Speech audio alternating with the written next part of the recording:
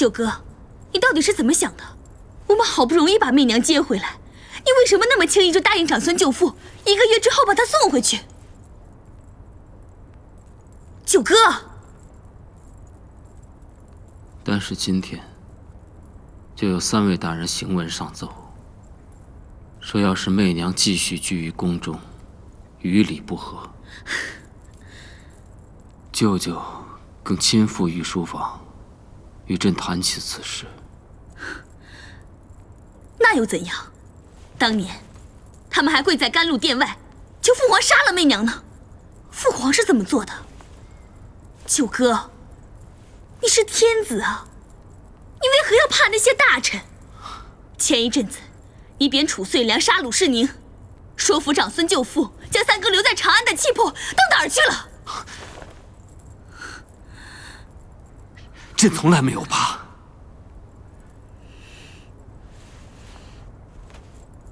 便是当初，在感业寺外，朕曾经发过誓，要是媚娘真的愿意回到宫里，就算所有大臣反对，就算与全天下为敌，我都要竭尽所能带她回宫。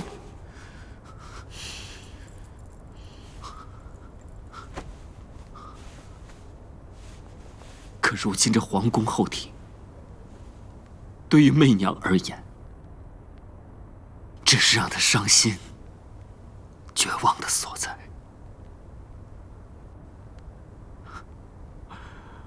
我又何必要勉强她呢？九哥，你错了。媚娘如今最大的心愿，就是能留在这宫中啊。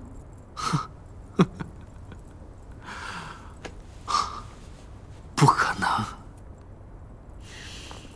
她已经认定，自己最后喝的那杯茶中，被人动了手脚。她要留在这宫中，找到凶手，为她的孩子报仇。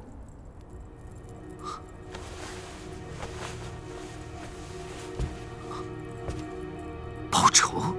没错，起码心里有个报仇的信念支撑着，可以让媚娘活下去。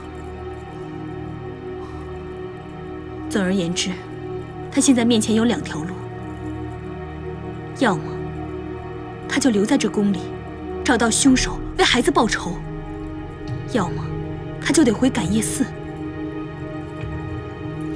你猜，他若是报仇无望，他会怎么做？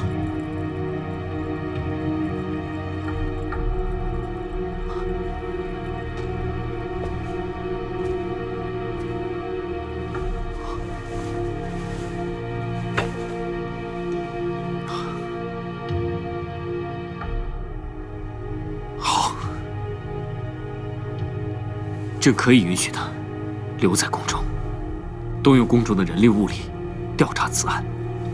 可是这一切须得在暗中进行，还有，不要让他知道朕已默许此事。高阳明白，只是你可想到什么方法，能让媚娘在1个月后不必回到感业寺呢？容朕再想想。其实，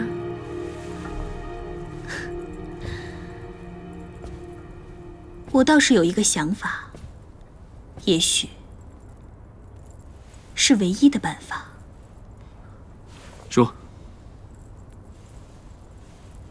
让媚娘成为你后宫嫔妃之一，你婕妤、昭仪，甚至是皇后，只要她成为你的女人，她当然要留在这宫里。你简直疯了！你荒唐！难道跟媚娘在一起，得到她，不是九哥一直以来最大的梦想吗？不是，朕从来对媚娘绝无这些非分的念头。哦，是吗？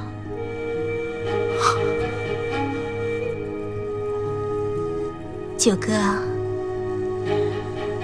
其实，这是媚娘的机会，也是九哥你的机会啊！既救了他，又成全了自己。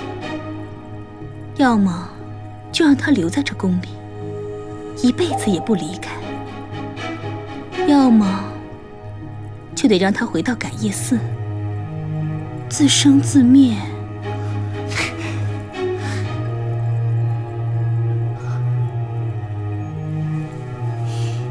如何取舍，就看九哥你了。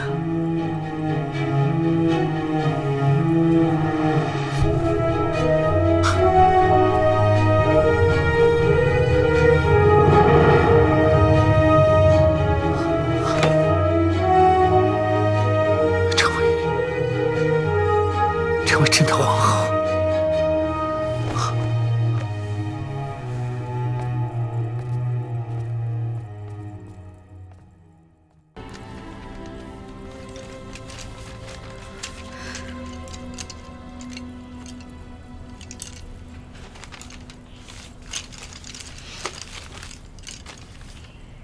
大理寺追查你小产一事的所有卷宗记录，我都帮你弄来了。你看了也有20余日了，可找到什么线索没有？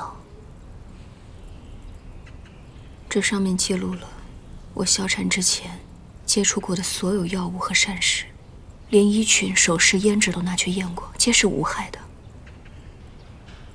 还包括那杯茶，里边也只是多放了芍药和甘草。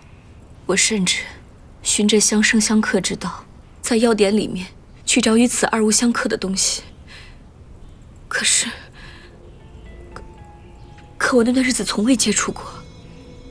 也许你小产真的只是意外，就是因为之前那盒红麝青鹅。不，我自己身体的感觉不会错。也许是大理寺漏掉了什么，一定是那杯茶。那杯茶一定有问题。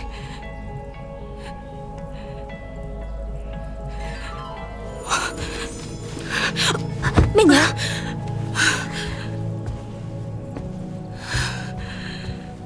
媚娘，你已经好几天没有合眼了，去睡一会儿吧。我没事。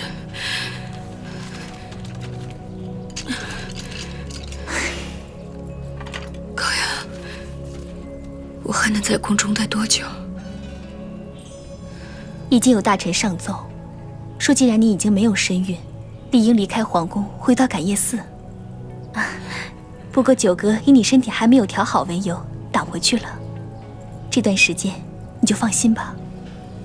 好，那就好。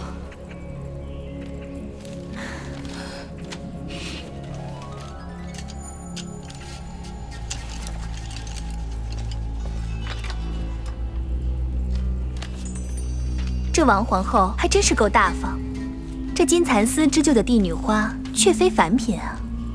你看，这织线都是用最复杂的念八则织法织成，配色和彩尾也都分明得很。最别致的呀是这织料，在慈禧面前站久了，居然还能闻到一股清香。这难道是金蚕丝的味道？你是说有一股清香？是啊，